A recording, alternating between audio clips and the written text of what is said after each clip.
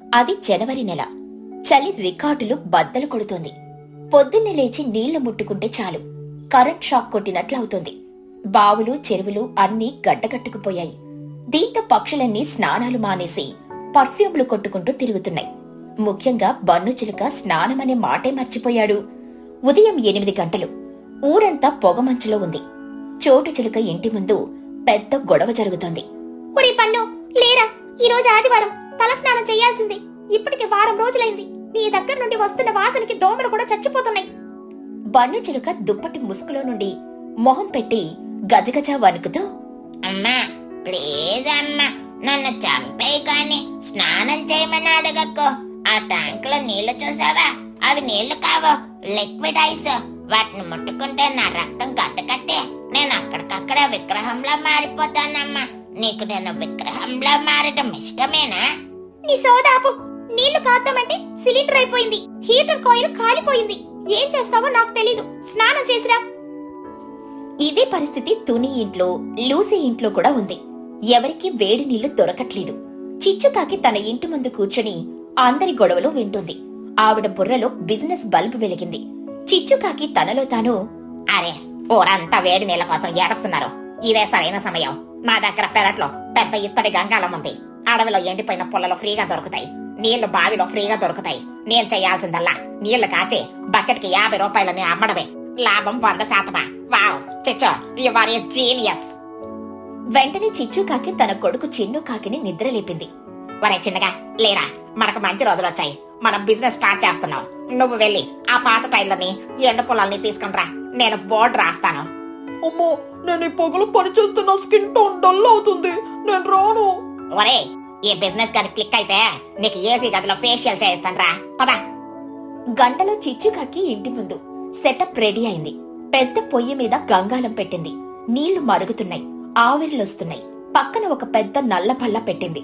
దాని మీద శుద్ధ ముక్కతో ఇలా రాసి ఉంది: చిచ్చుకాకి వారి hot water, Janata hot water, కేవలం బకెట్ 30 రూపాయలు. Deluxe boiling water, bucket water కేవలం 50 రూపాయలు. హెర్బల్ స్పెషల్, వేపాకు పసుపు వేసినవి, కేవలం ఒక్క బకెట్ 70 రూపాయలు మాత్రమే. విఐపి స్టీమ్ బాత్, కేవలం ఒక్క బకెట్ 20 లేదా 10 నిమిషాలు. గమనిక, బకెట్లు మీరే తెచ్చుకోవాలి, సబ్బులు ఉచితం కాదు. ఆ బోర్డు చూడగానే చలికి వణుకుతున్న పక్షులన్నీ ఎగబట్టాయి. చిచ్చు, ఎంత పని చేశావు? ఇంట్లో గ్యాస్ ఆదా అవుతుంది. నాకొక బకెట్ మామూలు నీళ్ళివ్వు. రండి రండి, లైన్ లో నిలబడండి. క్యాష్ ముందు, నీళ్ళ తర్వాత. బన్ను చిలుక బకెట్ పట్టుకుని స్వెటర్ వేసుకుని లైన్లో నిలబడ్డాడు. ఇప్పుడు వాడి వంతు వచ్చింది. అంటే గుడ్ మార్నింగ్. వావ్, ఇక్కడ హీట్ సూపర్ గా తగులుతుంది. నాకు ఒక బకెట్ డీలక్స్ వాటర్ కావాలి. సరేరా పడగా, ముందు 50 రూపాయలు ఇవ్వు. ఇస్తానులే అంటే, కానీ ఒక చిన్న డౌట్. ఈ నీళ్ళల్లో ఉప్పు పెప్పరు ఏమైనా వేస్తారా? ఏంట్రా, ఎందుకో? స్నాన నీళ్ళల్లో ఉప్పు పెప్పరా? పిచ్చి పట్టిద్దా? కాదులే అంటే, 50 రూపాయలు పెట్టుకుంటున్నాను కదా. సగం నీళ్ళతో స్నానం చేసి మిగతా సగం నీళ్ళల్లో మ్యాగీ ప్యాకెట్ వేసుకొని తినేస్తా. గ్యాస్ సేవింగ్ కదా. 2 in 1 ఆఫర్ ఉందా? చిచ్చుకాకి తల కొట్టుకుని, ఒరే, ఇవి స్నానానికి మాత్రమే. తాగితే కడుపులో కప్పలు చేరతాయి. నీకు నీళ్లు కావాలా వద్దా? సరేలేండి, అంత కోపం ఎందుకు? ఆ హెర్బల్ వాటర్ ఇవ్వండి. కనీసం వేపాకు వాసనైనా వస్తుంది. చిచ్చుకాకి ఒక పిడికెడు ఎండిన ఆకులు, నిజానికవి రాలిన ఆకులే, నీళ్లల్లో వేసి బన్ను బకెట్ ని నింపింది. అప్పుడు మహిగ్రద్ద కళ్ళద్దాలు సవరించుకుంటూ తన డ్రైవర్ కుహుతో వచ్చింది. కుహు చేతిలో ఒక పెద్ద టబ్ ఉంది. చిచ్చు, good evening. Sorry, good morning. నీ బిజినెస్ ఐడియా బాగుంది. నాకు ఒక ఫుల్ టబ్ నీళ్లు కావాలి, కానీ అవి మామూలు నీళ్లు కాకూడదు. నాకు ఇంపోర్టెడ్ హీట్ కావాలి. అంటే అమెరికాలో లాగా నీళ్లు బ్లూ కలర్ లో ఉండాలి. చిచ్చుకాకి లోపల నవ్వుకుంటూ, అమెరికా హీటా? ఉంది, దానికి స్పెషల్ ఛార్జ్ అవుతుంది. చిచ్చుకాకి చిన్నుని పిలిచి గుసగుసలాడింది. ఒరే, ఆ బట్టలకేసే నీలి మందు ఉంది కదా, అదే ఉజ్జాల డబ్బా, అది తీసుకుండ్రా. అమ్మో, అది బట్టలకి కదా. ఉషా, మసలావిడికి ఏం తెలుస్తుందిరా? బ్లూ కలర్ ఉంటే చాలు, అమెరికా ఫీలింగ్ వచ్చేస్తుంది. చిచ్చుకాకి నీళ్లలో 4 చుక్కల నీలిమందు వేసింది. నీళ్లు ముదురు నీలం రంగులోకి మారాయి. ఇదిగోండి మేడం, కాలిఫోర్నియా బ్లూ వాటర్. ఇందులో స్నానం చేస్తే మీ ఏకల పట్టులా మెరుస్తాయి. రేటేమో 200 రూపాయలు. వావ్, కలర్ అదిరింది. డబ్బులు ఇచ్చాయి, జాగ్రత్తగా పట్టుకెళ్ళు. బన్ను చిలుక తన బకెట్ వేడి నీళ్లను పట్టుకొని ఇంటికి నడుచుకుంటూ వెళ్తున్నాడు. బయట గాలి -డిగ్రీలో ఉంది. ఇంటికెళ్లేసరికి 15 నిమిషాలు పట్టింది. బాత్రూంలోకి వెళ్లి బట్టలు విప్పి బకెట్లో చెయ్యి పెట్టాడు. అమ్మా, ఏంటిది? నీళ్లు మళ్ళీ చల్లగా అయిపోయాయి. ఇందాక పొగలొచ్చాయి కదా, అప్పుడే ఐస్ అయిపోయాయా? చీ, నా 70 రూపాయలు బొడ్డులో పోసినట్టేనా? బకెట్లో నీళ్లను టేస్ట్ చూసి, కనీసం తాగడానికైనా పనికొస్తాయేమో చూద్దాం. చీ, చేదు. ఆకలేసానంది కదా, అవి వేపాకుల్లా లేవు, గడ్డిలా ఉన్నాయి. ఇదే పరిస్థితి ఊరంతా జరిగింది. చిచ్చు ఇంటి నుండి తమ ఇంటికి నీళ్లు తీసుకెళ్లేలోపు దారిలో ఉన్న చలిగాలికి నీళ్లు చల్లబడిపోయాయి. జనం కోపంతో మళ్లీ చిచ్చు ఇంటికొచ్చారు. తుని, చోటు, బన్ను, లూసీ, మహి అందరూ ఖాళీ బకెట్లతో చల్లటి నీళ్లతో చిచ్చు ఇంటి ముందు ధర్నా చేస్తున్నారు. చిచ్చు, ఇది మోసం. నువ్వు మాకు వేడి నీళ్ళు అమ్మావా లేక మ్యాజిక్ నీళ్ళు అమ్మావా? ఇంటికెళ్లేసరికి అవి చన్నీళ్ళైపోయాయి. మా డబ్బులు వెనక్కివ్వు. అవును చిచ్చు, ఆ బ్లూ వాటర్ లో స్నానం చేస్తే నా తెల్ల ఈకలు కాస్త నీలంగా మారిపోయాయి. ఇప్పుడు నేను గ్రద్దలా లేను, అవతార్ సినిమాలో పక్షిలా ఉన్నాను. అందరూ చూసి నవ్వుతున్నారు. అంటే మీ హెర్బల్ వాటర్ లో ఏ ఆకులేశారు? మా ఇంటి మేక కూడా ఆకులు తినలేదు. నా 70 రూపాయలు నాకు కావాలి, లేకపోతే ఆ డబ్బులకు సరిపడా మర్మరాలైనా ఇవ్వండి. చిచ్చుకాకి కొంచెం కూడా కంగారు పడకుండా మైక్ తీసుకుని, శాంతించండి, శాంతించండి. ఇందులో నా తప్పే ఉంది. నేను మీకు ఇచ్చేటప్పుడు నీళ్లు వేడిగా ఉన్నాయా లేవా? ఉన్నాయి.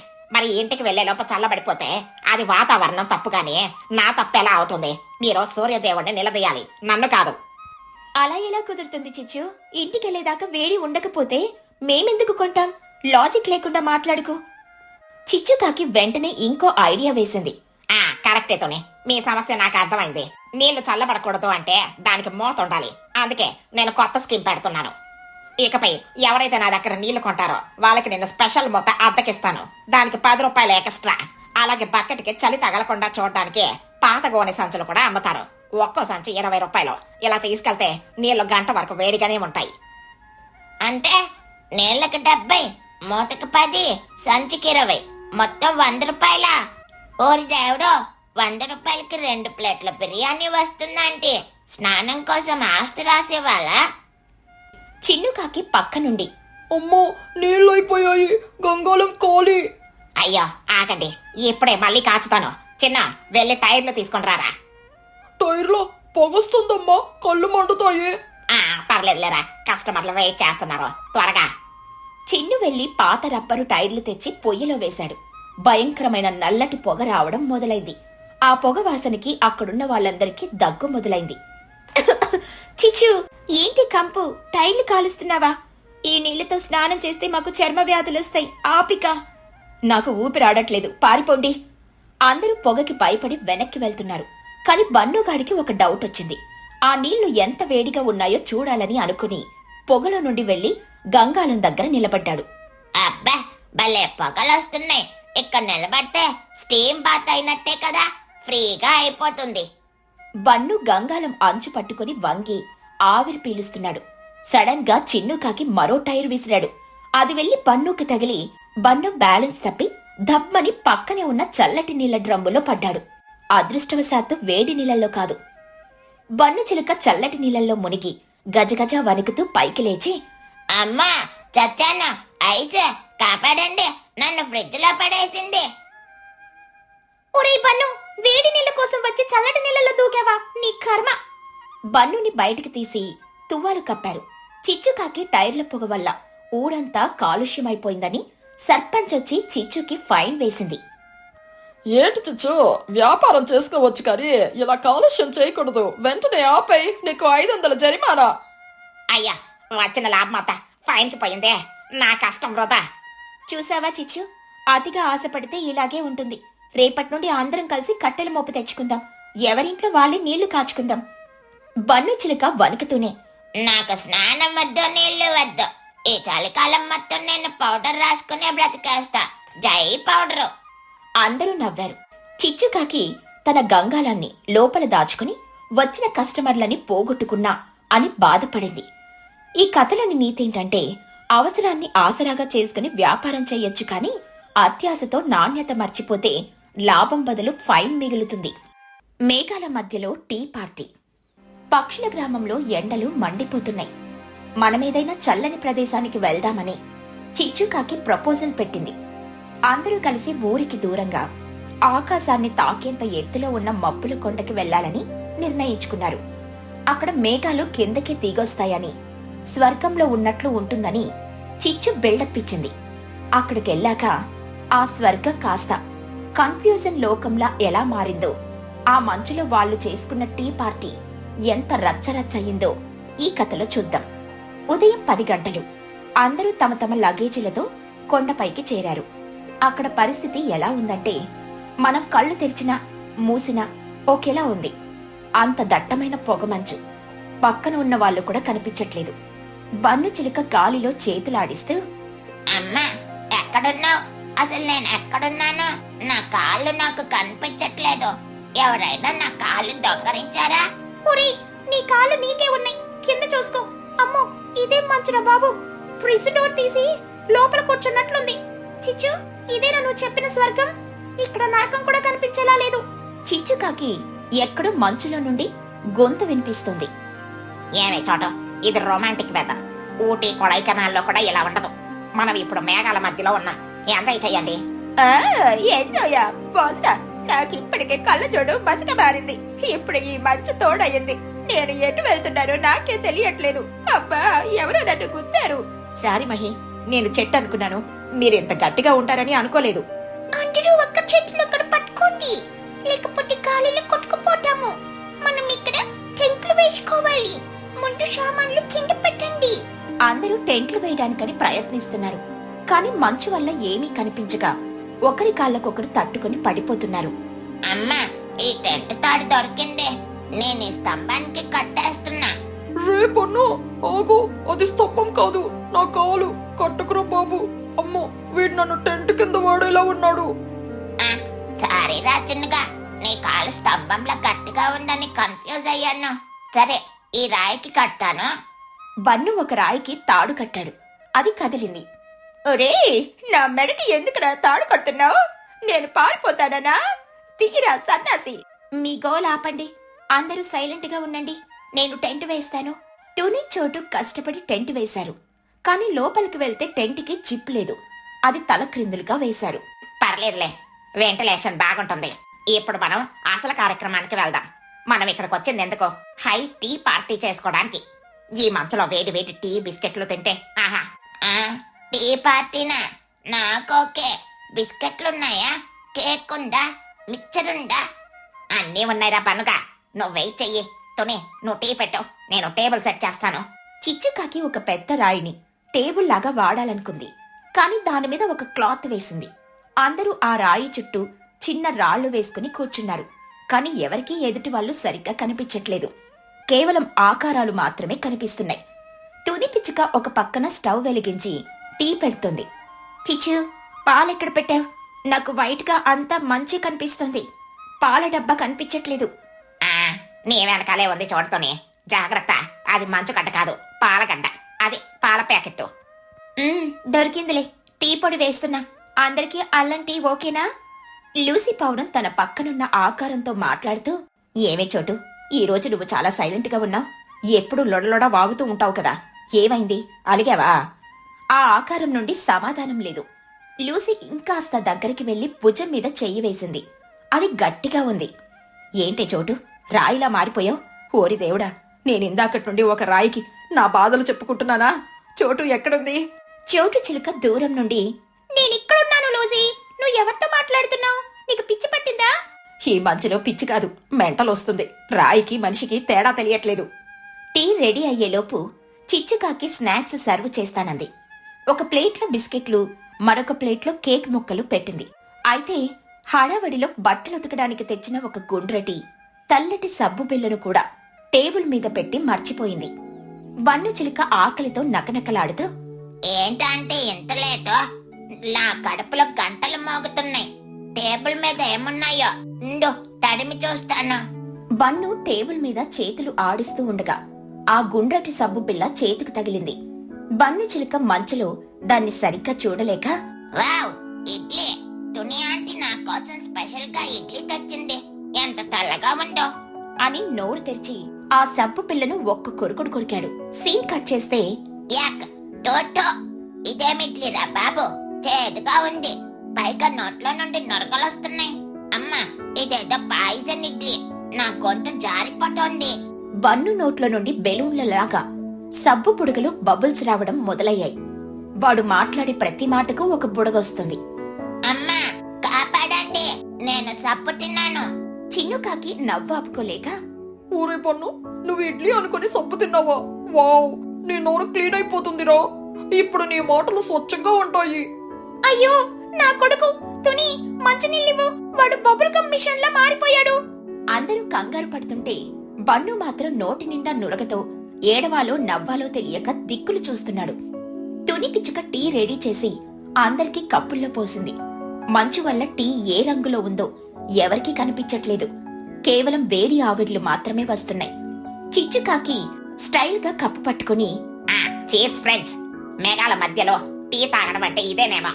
ఒక్క సిప్పు చేసి అబ్బా తుని, టీ అద్భుతం.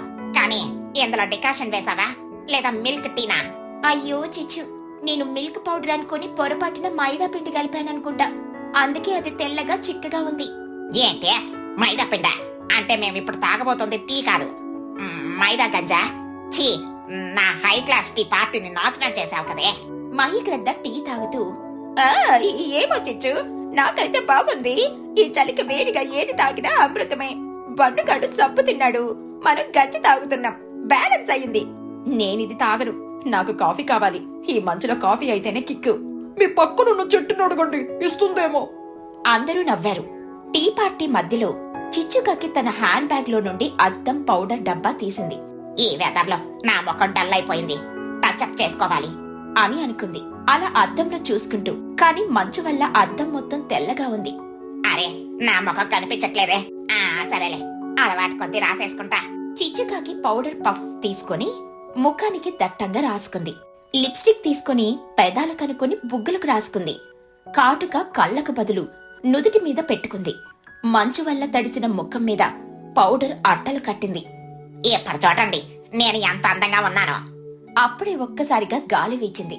కొంచెంసేపు మంచు తెరలు విడిపోయాయి. చిచ్చు ముఖం అందరికీ క్లియర్ గా కనిపించింది.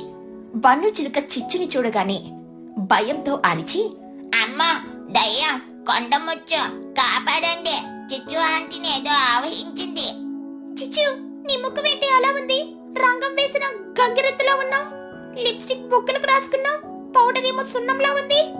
ఏంటి, నిజమా? మళ్ళీ అద్దం చూసుకుని, అమ్మా, నా బ్యూటీ, నా గ్లామర్, ఏ మంచు నా కోపం ఉంచింది. తోనే నీళ్ళివ్వ, కడుక్కుంటా. వద్దులే అమ్మా, అలాగే ఉండు. ఈ కొండ మీద దయ్యాలుంటే నిన్ను చూసి అవి కూడా భయపడి పారిపోతాయి. మనకు సేఫ్టీ.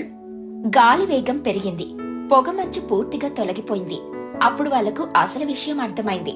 వాళ్ళు కూర్చున్నది ఏదో అందమైన పార్కులో కాదు, అది ఒక డంపింగ్ యార్డ్, అంటే చెత్త కుప్ప పక్కన అని. మహిగ్రద్ద కళ్ళద్దాలు పెట్టుకుని చుట్టూ చూసి, చిచ్చు, ఇదే నన్ను స్వర్గం. మన పక్కనే పెద్ద చెత్త కుప్పంది. అందుకేనా ఇందక్కడి నుండి ఏదో వింత వాసన వస్తుంది. నేనది మౌంటైన్ స్మెల్ అనుకున్నా. చిచ్చి, మనం చెత్త కుప్ప పక్కన కూర్చొని హైటీ పార్టీ చేసుకున్నామా? ఛీ, నా పరువు పోయింది. అందుకే అంటారు, తెలియని చోట టెంట్లు వేయకూడదని. మంచు వల్ల మనం ఎక్కడున్నామో కూడా తెలియలేదు. బన్ను చిలుక నొరగలు కక్కుతూనే, నాకు ముందే డౌట్ వచ్చిందంటే గాలిలో ఏదో పుల్లటాసన వస్తుంది. అదేదో ఫ్రూట్ స్మెల్ అనుకున్నా, కానీ ఇది చెత్త స్మెల్ అని ఎప్పుడు తెలిసింది. పదండ్రా బాబు, ఇంటికి వెళ్ళిపోదాం. అవునవును, ఈ ప్లేస్ బాగలేదు. కింద మన ఊరే బెటరు. అక్కడ కనీసం మనుషులు కనిపిస్తారు, ఇక్కడ చెత్త తప్ప ఏమీ లేదు. అందరూ సామాన్లు సర్దుకొని టెంట్లు పీకేసి పరుగు పరుగున కొండ దిగారు. ఆ తర్వాత ఎప్పుడు చిచ్చుకాకి ట్రిప్పుకు వెళ్దామని అడిగినా అందరూ వద్దు తల్లి, మా ఇంట్లో టీనే అమృతమని దండం పెట్టేవారు. ఈ కథలోని నీతేంటంటే, అతి ఎప్పుడూ అనర్థమే. తెలియని చోట, కనిపించని చోట పార్టీలు చేసుకుంటే సబ్బు పిల్లలే తినాల్సి వస్తుంది.